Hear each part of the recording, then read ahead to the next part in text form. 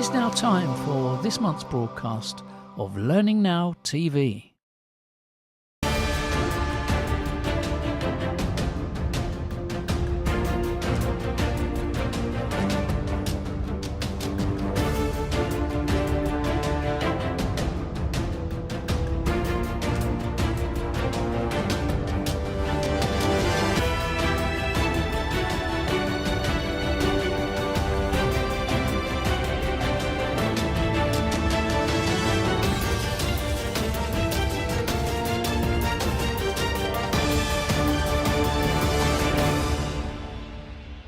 Welcome to the May programme for Learning Now TV. And before we begin, I've just got a little bit of news that I'd like to drop into the air, into the firmament. And that is, Kate, you have a new job.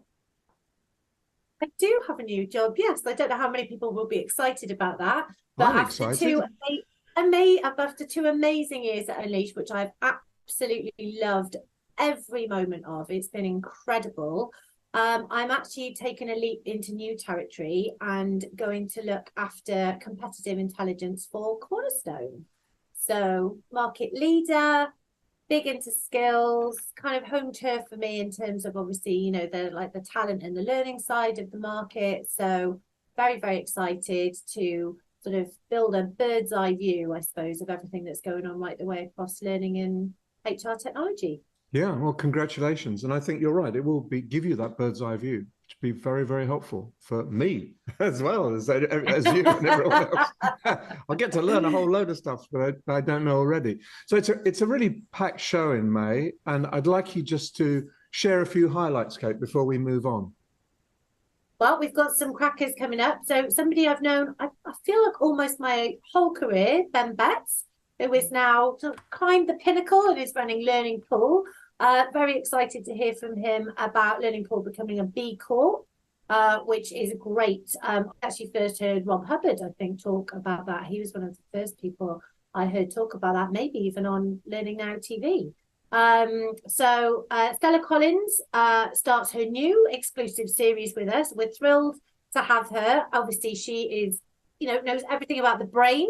And in this first episode, she invites you to meet your brain. So I don't know. I'm maybe a bit scared to meet my brain, but looking forward to that from Stella. Esther Redmond from Wood Green Pets Charity talks to Michelle Parry-Slater about the important but often forgotten topic of reflection. Very important. Not a lot of us carve out enough time for that. Bob Mosher returns with part 3 of his series on virtual instruction. I'm sure all of you are loving Bob's work there. And then, as ever, Robin Hoyle, Mr. Dependable, reflects on some of his recent interviews. And I think this is really nice opportunity again to reflect. So to tie that back to what Esther's talking about. And Rob Clark will be here with his news roundup as well. Excellent. Thank you very much, Kate. It is a packed show, which I hope everyone will enjoy.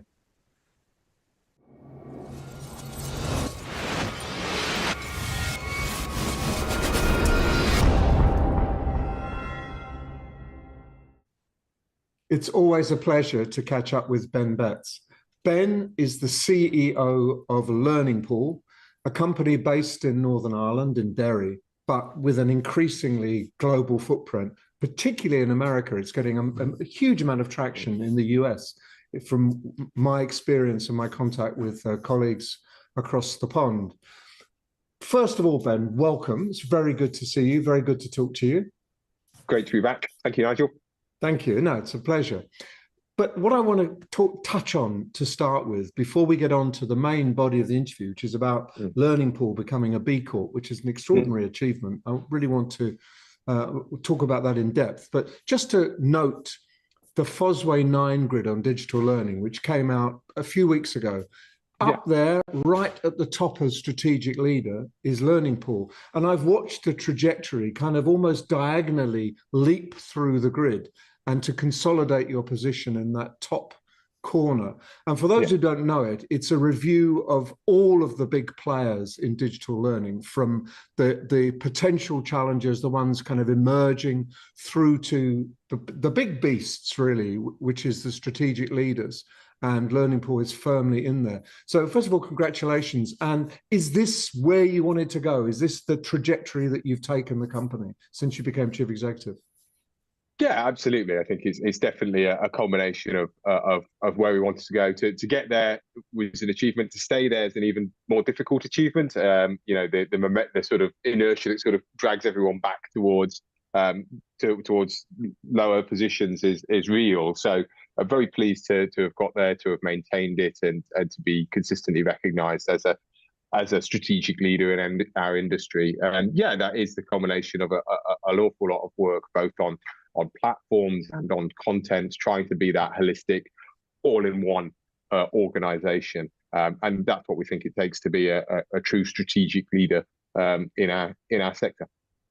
But when a customer interacts with Learning Pool, they don't get one thing, do they? They get a number of choices depending on what they need and when they need it and how they need it. And I think that's one of the great strengths of Learning Pool, is its plurality and its flexibility.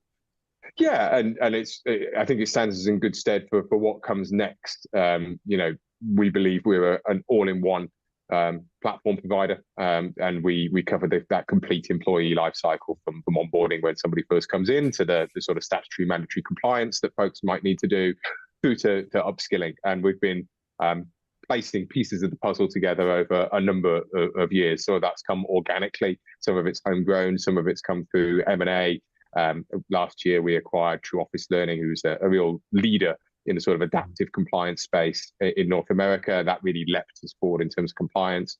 Later in 2022, we acquired a Swiss company called People Analytics, who got a really smart piece of AI on the skills piece. And that's really leapt us forward in terms of finding out more about what are the skills people should be investing in order to move forward in their career, and how they're going to do that from a workforce management perspective. So those pieces coming together, buying where it's appropriate to move faster and to go deeper into an area than it would probably be possible to do on an organic basis, but consistently organically growing both our platform and customer base at the same time is kind of the plan. So now we've got all three pieces in place.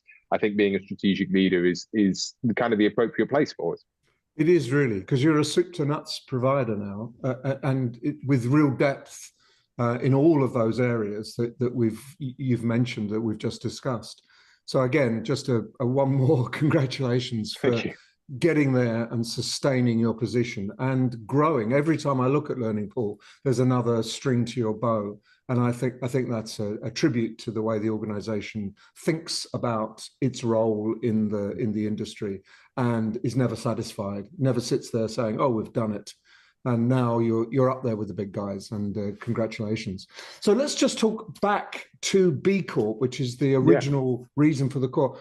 I read the press release and I thought, this is fascinating. You're the first big L&D player in the B Corp space. But just for those who are not sure, what is a B Corp? And then tell me why it's important to you. So B Corp is a global movement that seeks to change the way we think about how businesses and society interacts. So it would have lots of things in common with things like CSR or ESG as the sort of movements around better environmental, social, and governance issues are coming forward. One of its core tenets, though, is that it asks that a company makes a commitment in its articles of incorporation to say that it exists for the benefit of all stakeholders, not just shareholders. And that's quite a big move. In some ways it is, and in some ways it's not. So, we are a private equity-backed organization. And when you think about private equity, you probably think about, you think about shareholders, and you think about shareholder value and something like that. And that's often the sort of, are we creating shareholder value sort of mantra of things. But what the B Corp asks you to do is to not just think about shareholder value. That's important. And that remains critical to the growth of the organization. But there are many stakeholders, both customers, employees, suppliers, as well as your traditional shareholders, that need to be considered in the running of the business. So at a sort of a board level now, becoming a B Corp involves making a commitment that your business exists for the benefit of all stakeholders, not just shareholders. And that means we have to take into consideration how we're going to impact the planet, how we're going to impact people, be they our customers, our employees, or suppliers, as well as thinking about how we're going to impact our our share value, as it sounds like that. So quite a big movement for a private equity sort of backed organization. Yes. But actually, if you look a little bit deeper, there's a lot of it. Yeah, there's a How reasonable. difficult was it? How difficult was it to talk to talk to the owners and say, we really want to look at the whole broad benefits that we can, our kind of footprint on the planet rather than just on our bottom line? How did that get? How was that accepted? Yeah, well, I think it's about alignment more than anything else. So, and I think you find that there's quite a lot of private equity firms themselves are actually B Corp accredited, and some of that might be to do with countering the narrative that they're just out for money when they're not. I think a lot of it's about picking up the zeitgeist about what sort of businesses customers want to do business with, and so we, in our sector, we benefit from being on the moral right side of virtually everything. We're in education, we're in freedom, we're in wanting people to improve and upskill. We're in a good place. This is a good, healthy industry to be in, especially for one from an ESG sort of principle. So, our sort of core belief at Learning Pool is that people work with us because they know the benefit of investing in people. They've seen the extraordinary outcomes of investing in people, and they want to do more of it. And so becoming a B Corp really aligns with that for us. This is what we do. We invest in people. We invest our time and resources in tools, in software, in content that allows people to invest in themselves or to invest in each other, as it were. And so being a B Corp is kind of the epitome of that. Right? So it's a step in a direction you were going already, not a massive leap into something unknown or something completely different. Totally, and we didn't have to do anything different to what we already do to become B Corp accredited. It's a really arduous process to be audited to become a B Corp thing, real pain, frankly. But we didn't have to change any of our working practices to meet the grade. We were already good enough in what we were doing to make the grade for it. We just had to evidence it. So what is it going to do for you? Now you are a B Corp. What are you going to do with it? So I think there's kind of three value propositions, as it were, that it turns on for me. One is about the customer. So quite often, if you're going to the market for a platform and you get a bunch of vendors to reply to you, for example, most of those RFPs will come with a bit in it that says, talk to us about your environmental policies, talk to us about what you do for the community, talk to us about this, because people actually want to see that their suppliers are more than just a business. And that can be quite hard to evidence sometimes. It feels like you have to write a lot of words to say not a lot. Like, oh, I really do care a lot, is what you end up writing in these bids and proposals and things like that. But B Corp as an accreditation is kind of that immediate alignment that somebody has gone to what is at the moment the gold standard of being a savvy ESG-wise incorporation.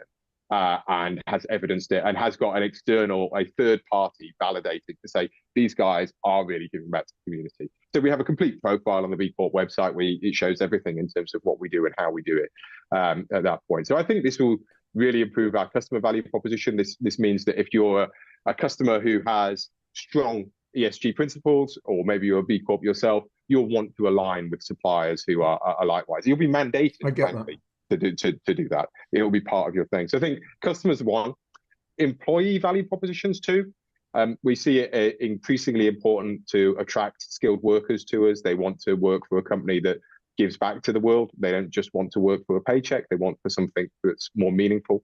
Working for a B Corp means quite a lot to people. You'll see the names of famous B Corps held up in high regard. Things like Patagonia, things like that, are companies that are really held up as the places to go and work. So now we think of ourselves as being counted amongst some of those names because we have that employee value proposition. And frankly, it also plays to an investor proposition. So when I'm looking to attract new investment to the business or something like that, being able to invest in a high quality, high growth, profitable business that aligns, then would go into an ESG fund, for example, or something like that, is a killer investment for somebody who's looking to get something there.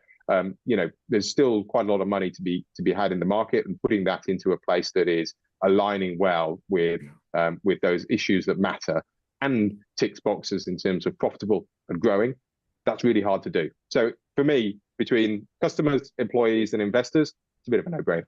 Yeah, it's like you're wearing your heart on your sleeve in a way, and therefore, as you walk in the door, there's a lot, it says something about you before you need to talk about anything else.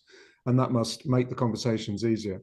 Ben, that's really clear. And again, I'm really applaud your innovation and the fact that you've got in there first. You're not the last in the queue. You're the first, pushing the boundaries. And it seems to be working. You know, if you look at the Fosway report, which is just a few weeks old, everything seems to be aligning for you and for Learning Pool. So I congratulate you on that yet again. And all strength to your elbow. You know, I hope that you continue to do what you're doing and that your influence will actually spread through the industry as a whole. And there may be other companies saying, well, maybe we should copy Learning Pool and do this, because it's clearly benefits all around and also benefits to the world, you know, more broadly. You've said, you've made statements about what you're going to do, and you have to really do it. So congratulations again. Thanks, Nigel. Means a lot. Thank you.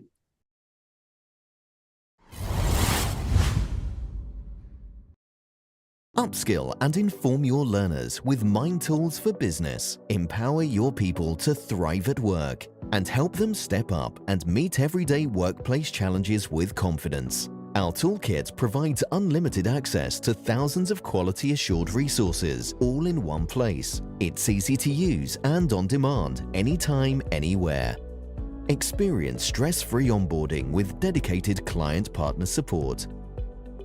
And get access to our library of industry insight and expert analysis. Perform, manage, lead with Mind Tools for Business. Visit mindtoolsbusiness.com to find out more. Stella Collins begins a 6-part series on neuroscience and the brain. And the first introductory section that you're going to hear today is called Meet Your Brain. I hope you're mutually in love with each other. Welcome to episode 1 of Neuroscience for Learning with me, Stella Collins, and my colleague, Jan Couvreur. Hi, Jan. Good morning. Let's start by finding out how our brains learn. You sometimes hear people say that we're like sponges, that we can soak up information, but sadly that's not the case. Whilst a sponge can soak up water, we have to work much harder to soak up new knowledge with our brains, let alone build new skills or habits. So I'm going to invite you to build a brain, and I'd like you to join in because physically doing things actually helps you learn better. Jan, you're going to join in too, aren't you? Of course. Okay, so our brains are very energy hungry. They use about 20% of our body's energy when we're doing not very much at all. So let's see what happens if we don't use our brains well and when we do use our brains well. Let's see what happens when we're learning. So first of all, I'd like you to put up your right hand. And that's your brain stem. It keeps you alive. It looks after your heart rate, your breathing, keeps you from feeling hungry, it tells you when you're thirsty, regulates your sleep. It's really, really important. And if you don't serve your brain stem first, it's going to make a lot of noise and a lot of fuss because it dominates. It needs to be fed before anything else is. And then make a fist. And with your fist here, this is the inner part of your brain, the central cerebrum. In there, we have our unconscious emotional processing, incredibly important for memory, and it's where we build skills. And our skills use less energy if we have habituated skills, habits, regulated patterns of behavior. That uses less energy than when we're consciously thinking about stuff. If you put your other hand over the top now, that then becomes your cerebral cortex. Now that's the pink, not grey, pink part of your brain, pink because it's full of blood. And that processes our senses, it helps us use movement, but also it's where our prefrontal cortex at the front here, which is what processes all our conscious thinking, our working memory, conscious cognitive skills, decision-making, and it's really energy hungry. So when we're learning, what we're trying to do is take things from our energy hungry, conscious prefrontal cortex and put them down into the cerebrum down here where we have unconscious processing. So let's think about the challenge of what that looks like at work and why sometimes we have some particular challenges with our brains and energy at work. Jan, can you tell us a bit about the context of that, context of learning at work? Of course, we'd be happy to. Well, in the professional context, we do have a challenge. And the challenge is, and that has been proven by research, lots of figures, lots of data, only 15% of our learners 15. actually apply what they have learned in their professional day-to-day. And that makes learning investments, time and money, very, very inefficient. Why inefficient? Because in a professional context, it's all about doing. Of course, you need the knowledge, you need the skills to be able to do all those things, but you actually need to do it. So our focus in learning in the professional world should be all about actually doing things. How do we approach this? We have our GEAR methodology in place. And this is a methodology that has been researched, but we tested and tried it as well. It's a really simple methodology that comes in 4 important steps. Step 1, which is all about guide. This is where we bring in bite-sized information to all learners, but we combine this with reflection. What could this information mean to you? Why is that relevant? How could it bring value to you? Second stage, experiment. It's really stepping up to the real life. It's giving them a safe and structured environment where they can, supported by their peers and of course an expert, a facilitator, try out, experiment and get a hang of those new skills, of course, based on that knowledge. Third step, the most important one, is all about applying. It's really doing it in real life and reflecting on how that went, and of course combining that with feed forward from experts, from peers, so we can continue to apply, continue to get better at this. And the last stage, retain. Our brain is built to forget. Our brain, as you mentioned, Stella, energy hungry, it needs lots of energy to remember all those things, so it becomes really picky. We have to break that tendency and make sure that all learners really shift their knowledge from short-term to long-term. And by spaced repetition and spaced practice on the right level of difficulty, we can make this happen. And this is our approach to making sure that learning actually leads to transfer, and we keep our learners motivated throughout the full process. Fantastic, Jan. It's all about going from knowing to doing, isn't it? Definitely. See you in the next video. Bye. Bye.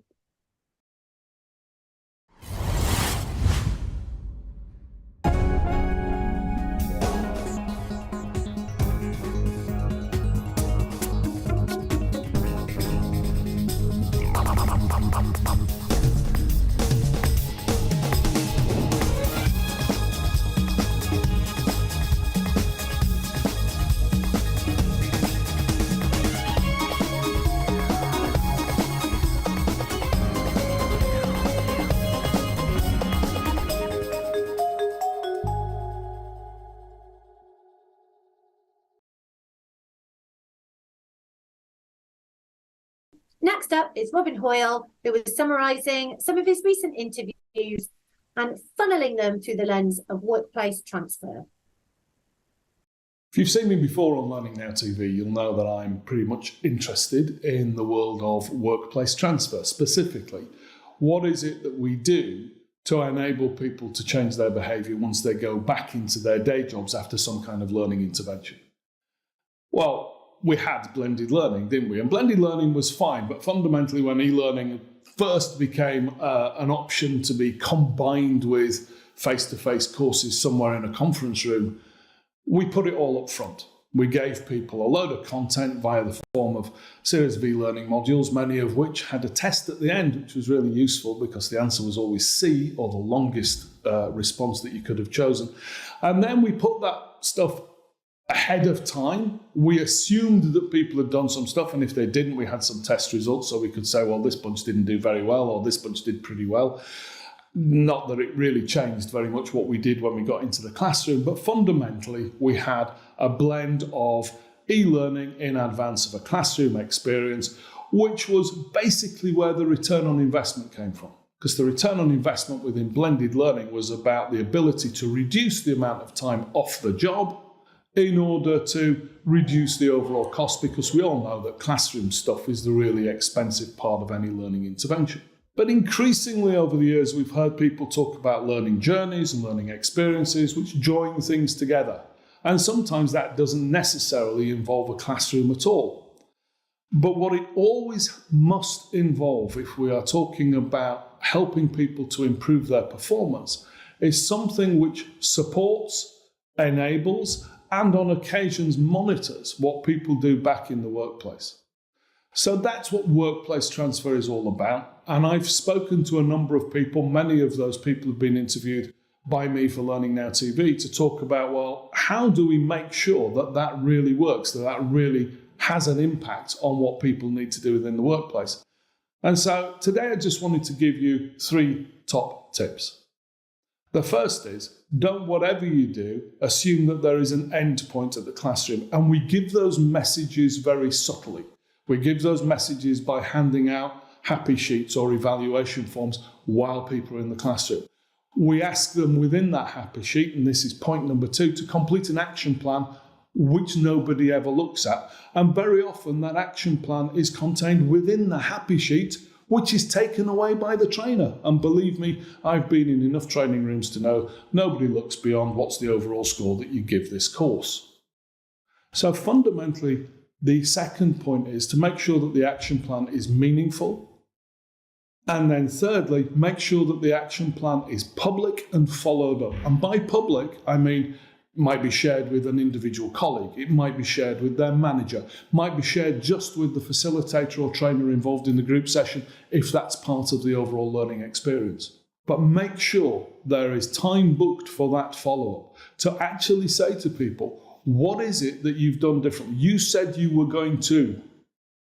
How did that go? What happened? What are you going to do next to continue your development journey? And fundamentally, that's what workplace transfer means. It means making sure that you capture what people are going to do differently, you give appropriate time within the overall journey to get that to be as specific as it can be, and you follow up afterwards. So, workplace transfer, an essential part of any learning intervention that we devise, however the inputs are created, however people gain new content or new experiences, whether that's from their peers, whether that's from some digital resource, whether that's from a blend of all of those different resources. But fundamentally, unless something changes, we've not really done our job.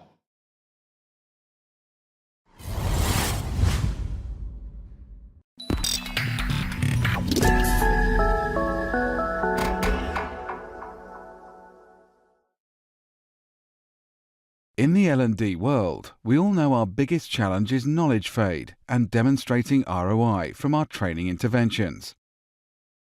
At Elephants Don't Forget, we use artificial intelligence to guarantee that what you train your employees, they learn and retain. If you are looking to transform the impact your training content has in your business, improve the ROI, and perhaps help employees learn and retain even the dull regulatory material, drop me a line at nelly@elephantsdon'tforget.com.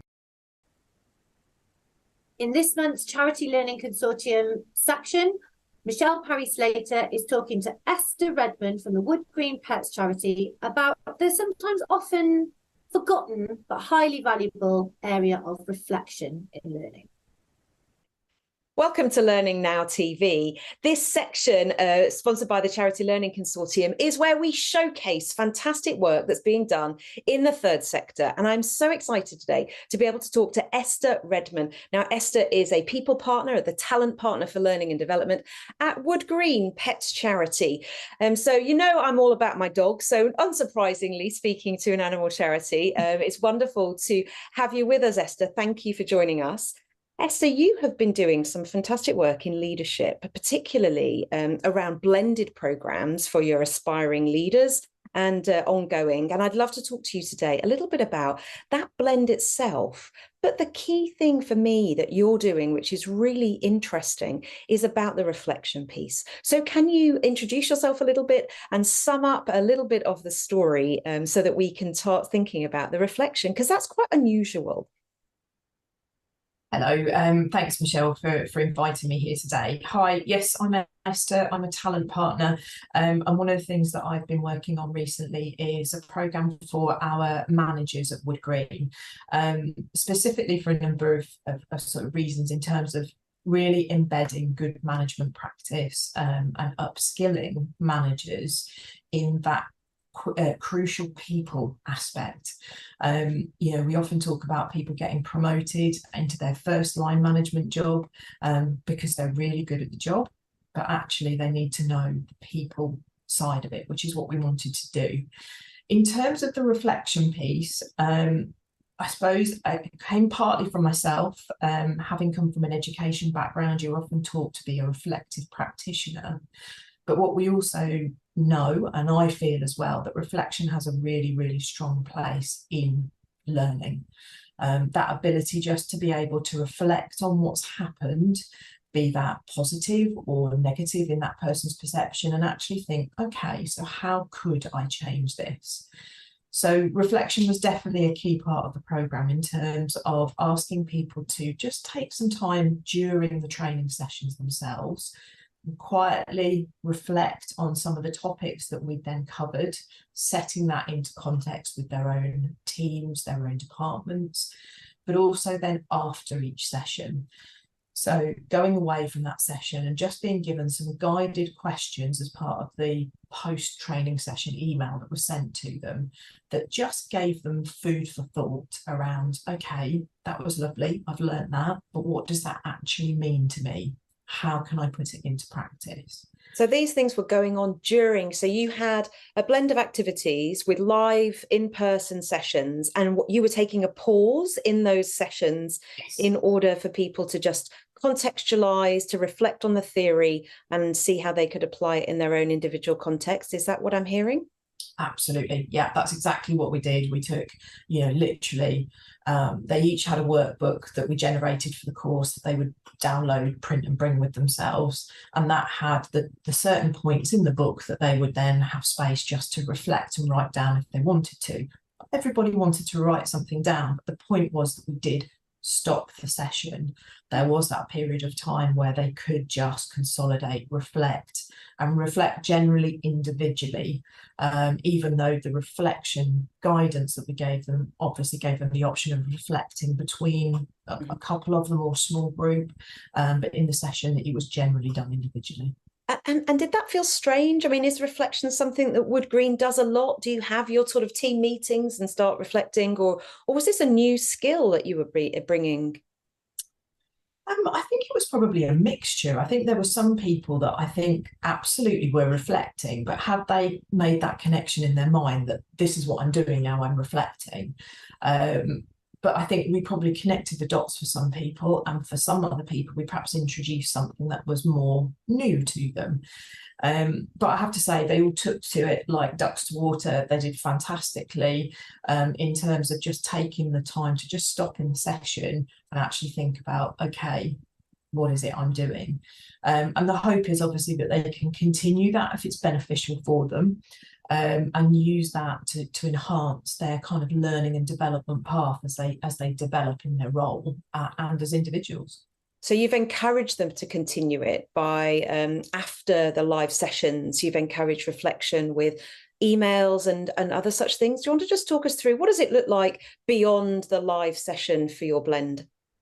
So beyond the live session, then after the session, they would receive an email from me saying, obviously, thank you for attending, just sort of going over the main topics we discussed, and then giving them further questions for reflection.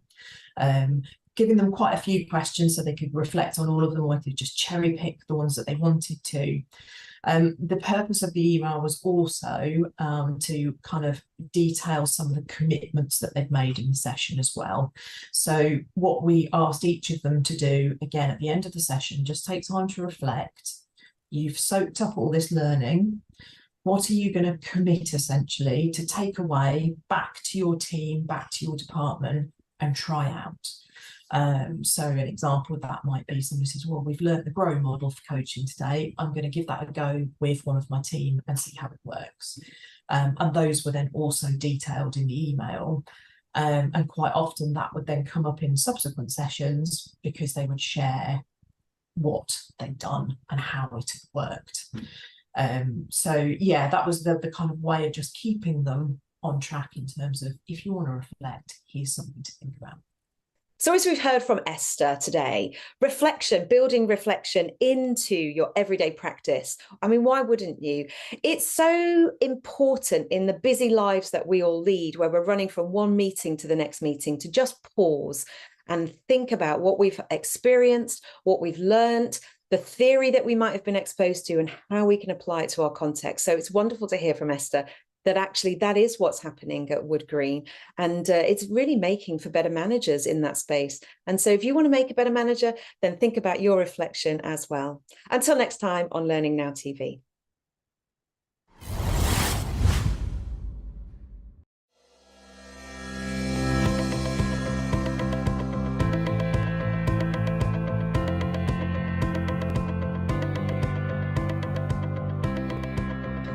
Maybe we'll do that later.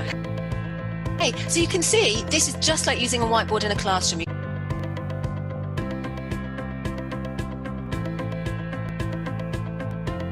And then you do my 3-year-old's favourite, you just have a nice little wiggle. 1, 2, 3, rate it now.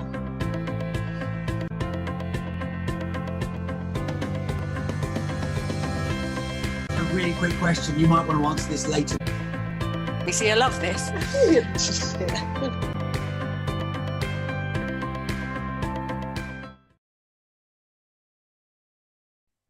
Bob Mosher is back with the third installment of his virtual instruction series. Fascinating, valuable, enjoy. Welcome back, friends. Bob Mosher here. As I was introduced in previous videos, I am the co-founder of an organization called Apply Synergies. We help companies with the 5 moments of need in designing for workflow learning. And an element of that is this whole world that this series is about, which is the power of virtual instruction and how it's emerged and become so much a pivot and a mainstay in our toolkit since we've ended the last several years of COVID and other craziness. This is the third episode. We're going to talk a bit more about designs that have emerged that can help make virtual instruction powerful. It's funny, friends, because this is almost analogous to the days of when e-learning first emerged, if you were old enough like me to remember those days. When it was first there, what did we do? Well, we took our classes that were engaging. We took our PowerPoints that were engaging, right? The activities that we also felt were engaging in class, and we put them online. We put a back and forward button, we put an audio narrative over it, maybe video if we could handle it back then, and poof, we had e-learning, and candidly, not very good e-learning, right? So when you go from one medium to another, you have to learn that there are nuances. Same thing happened with virtual. I think when we got thrust into this in a big way, back when COVID first hit, a lot of us stood up the medium and said, look, let's take a great instructor, put him on a camera, get everybody in there, same PowerPoint, same activities, off we'll go, even same time frame, and for many, it fell flat. Doesn't mean it wasn't great or couldn't be remarkable. In fact, in some ways, I think it can be as powerful or more so than the classroom. We really just didn't give it a chance because of the design. So today we're going to talk about an acronym called GEAR, G-E-A-R, as a way to kind of explain 4 emerging approaches that have to do with powerful virtual instruction. The irony is 3 of the 4 letters in the acronym aren't virtual at all. So let's go through them. G for gather. Obviously, there's the virtual session. How long should it be? A lot are kind of coming in the hour and a half to possibly 2 hours long. We just can't keep people online, friends, for 3, 4, 5, 6, 7 hours like we kept them in class. In fact, many of us learned that maybe we shouldn't do that in class at all. Maybe a topic for another video. But as far as virtual is concerned, really, 90 minutes to an hour, cognitive overload, right? And the engagement in that 90 minutes we'll talk about in our next episode, because we really have to be powerful about what we decide to gather about, what's warranted for the instruction, and how do we do it well. Episode 4. So the gather, hour to hour and a half, and then we let them go. They can't go beyond that. So we have to take what were our longer courses, candidly, and divide them up into cognitive doses that are more digestible, but also can tolerate the medium. Now, EA and R. What do we do when they're not with us? Well, E stands for expand, friends. We can give them, because we've got time now. We talked about spaced learning in the last episode. We've got time now, friends, to actually let people in the time between the gathers, 2 days, 3 days, a week, to actually expand on their learning. Give them more reading. Give them a video. Give them e-learning. They can even expand on things or maybe even go beyond things we didn't even choose to cover in the gather. Again, we'll talk more about that in design, some other design elements in our next episode. Let them expand their knowledge from the nugget and chunk you taught. A, G-E-A-R, gather, expand. The A is for apply. This is probably one of the most powerful parts of this. And when we've run this model by other learners and done some analysis after and some evaluation, A and R were two of the most powerful, frankly, even more so than the gather session itself. Everybody wants to take learning, we talked about this before, and use it. If our instruction is not about application, why are we teaching at all?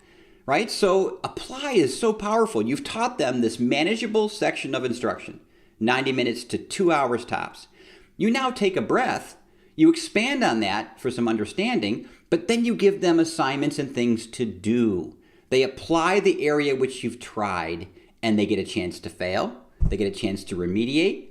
And more importantly, they get a chance to internalize and come back with feedback. Come back with ways to find out more. R stands for receive feedback, right? At the end, we find to go back and say, in the expand, in the apply, questions from the gather, how is it sitting? What ways can an instructor add to that conversation? What ways can they help with the remediating? What ways can they help the instructor and the student apply what they learned better? Gear, G-E-A-R. We still gather, friends. There will still be virtual like I'm doing there right now. But let's empower it with 3 more important and even more powerful areas. Expand, apply, receive feedback. G-E-A-R. Next episode, we'll talk more about the engagement side and some decisions around what goes in gather and what might want to or might not want to. Thanks, friends. Be well. Hope the series has been helpful. Please let me know if you have questions. Otherwise, we'll see you in episode 4. Take care. Be safe. Talk soon.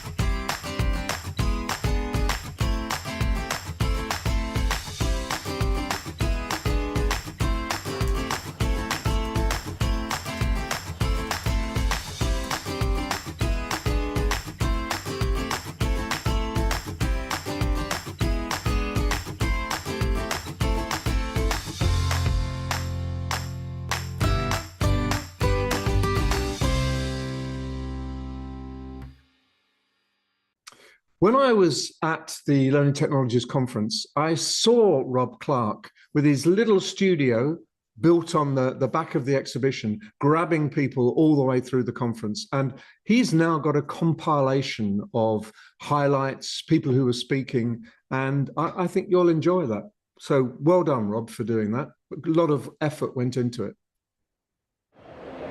Learning News is at Learning Technologies 2023. The event has just opened. Let's find out what's happening.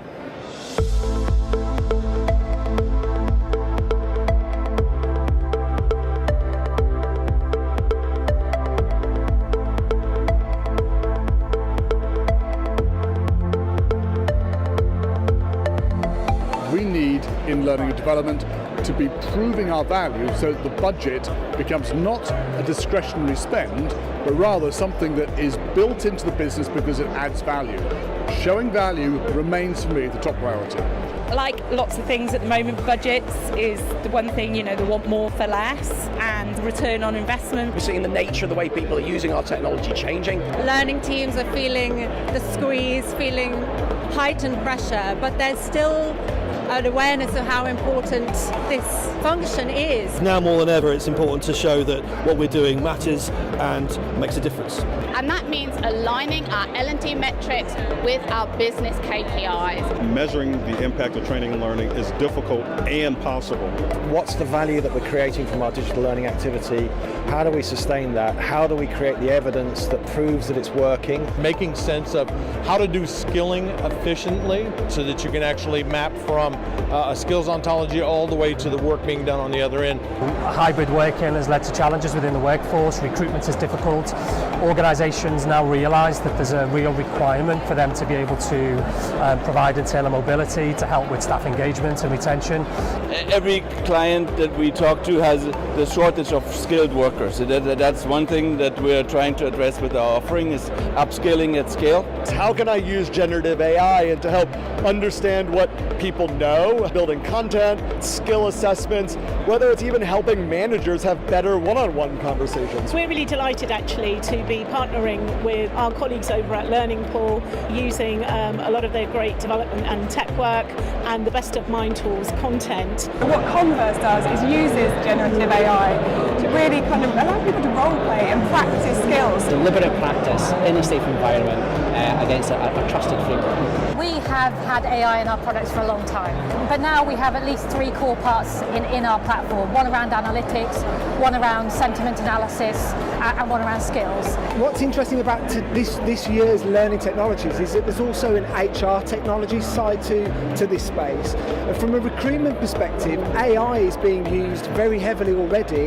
In a few years' time, we'll be watching videos that we've requested our AI to make us rather than getting some stuff from Netflix. So watch out for that sort of level of excitement inside the learning industry as well. The major challenges in the L&D market in 2023 is not that much about economic situation, it's about harnessing AI and data-driven learning, rapid technology adoption.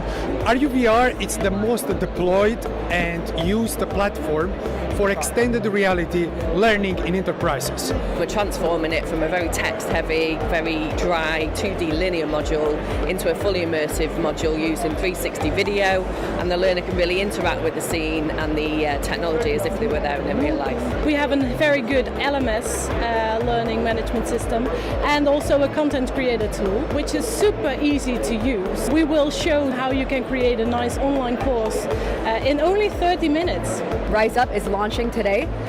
You don't need an LMS. Rise Up is completely embedded into tools like Microsoft Teams, Salesforce, which means that the end user has a seamless integration, a seamless user experience. Thrive and learning technologies kind of go hand in hand, right? We're here to make an impact, and we're here to talk about obviously all the services that we offer, but really this year is focused on our Compliance Club launch, which is reshaping the way that people can do compliance and approach compliance within their organizations. Serving the needs of the larger corporations out there, usually with more than 10,000 employees, managing complex operations globally across many countries. We're here to solve content chaos. A lot of our customers have invested a lot in content, but they're drowning in content. What we're trying to do is help them solve that problem. That total learning solution is really what we're all about. Partnering with companies like Articulate, Beyond. We've got our guide products, which allows users to be learning processes and systems whilst they're using systems rather than being taken out of the work environment into training rooms or online training or into LMS systems. Where we're really a great fit and have grown tremendously over the last years is what we call multi-unit organizations, multi-store organizations, franchise organizations, or also frontline workers, deskless workers, hourly workers. We can really deal with fairly complex organizations. Real learning happens when you activate it, when you put it into practice with other people. So that needs to be all built in. So we've worked really hard at Total to build a platform that makes that more natural to do and draws together the conversations that really need to happen in larger organisations, which is it's not just about L&D, it's not just about HR and performance management, it's about working together, and you need the right tools and infrastructure to achieve that. We've been announced as the Global Partner of the Year for Totra, so that's partly about commercial success and strength. Importantly, not just new organisation clients, but retention of existing clients. So that's one of our sort of USPs. We work really hard on the support side, very consultative relationship with our clients. We have all the functionality of an LMS, the LXP. The LRS are bringing the data in and really making business impact and valuable sort of data insights. And then we really pride ourselves on helping organisations and working with them, augmenting their learning teams. CLO 100 is a 12-month programme for heads of learning, those that are accountable for learning and development in their organisations. The Learning Network's a community interest company. We exist to help L&D professionals across the spectrum connect, network, work together and help everyone improve what we do as an industry. What's the aim of the 30 Under 30 programme? It's to give 30 people, guess what, who are under 30, an opportunity to attend a conference they wouldn't normally get to, and hopefully a lot of those relationships that they establish here today and yesterday will last through their careers. Meeting all the different learning leaders, the speakers, the connections that you make, it just helps boost your confidence and feel like you're really part of this L&D community. And that's what some of the exhibitors and participants at Learning Technologies 2023 had to say. There's much more from Learning News at this year's show. Check out the website for my reports and more. Thank you for watching. See you next time.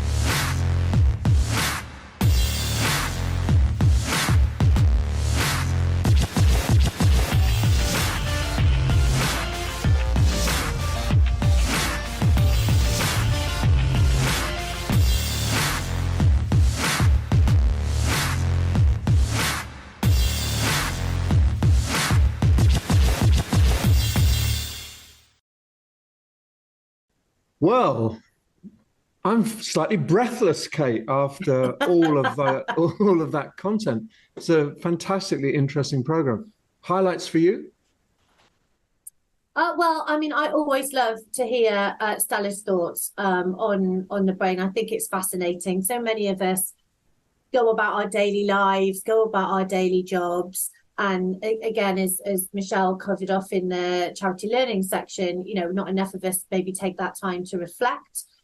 But why do we do things? Why do we do things the way that we do them? And there's that book, we've talked about before, Surrounded by Idiots, sort of trying to understand how everybody else's brains work as well. I think that can do us all a lot of favours just to take some time to think about how we operate and then how that fits in with, teammates, family, friends, etc. Yeah, and life in general. I thought Ben Betts was very interesting as well, because in some ways, Ben is doing in Learning Pool what we're asking everyone in learning to do with their organization, which is focus on the big picture. And Ben is trying to turn Learning Pool into a very interesting, broadly focused endeavor that isn't just about profit. It's about community and about putting stuff back and supporting society in general. And they've gone through a very rigorous process to become a B Corp. And I wish them luck. They're still on the journey. They've got the accreditation, but they've really got to make it work now for not only their staff, but also their customers and their associates. So good on Ben. I thought that was a really brave move. And I hope gives the company some reward, because they're the first into this and probably not the last into it either. So it was a good program. I thought really interesting program. So Kate, tell us what else is there to stimulate and excite us over the next couple of months?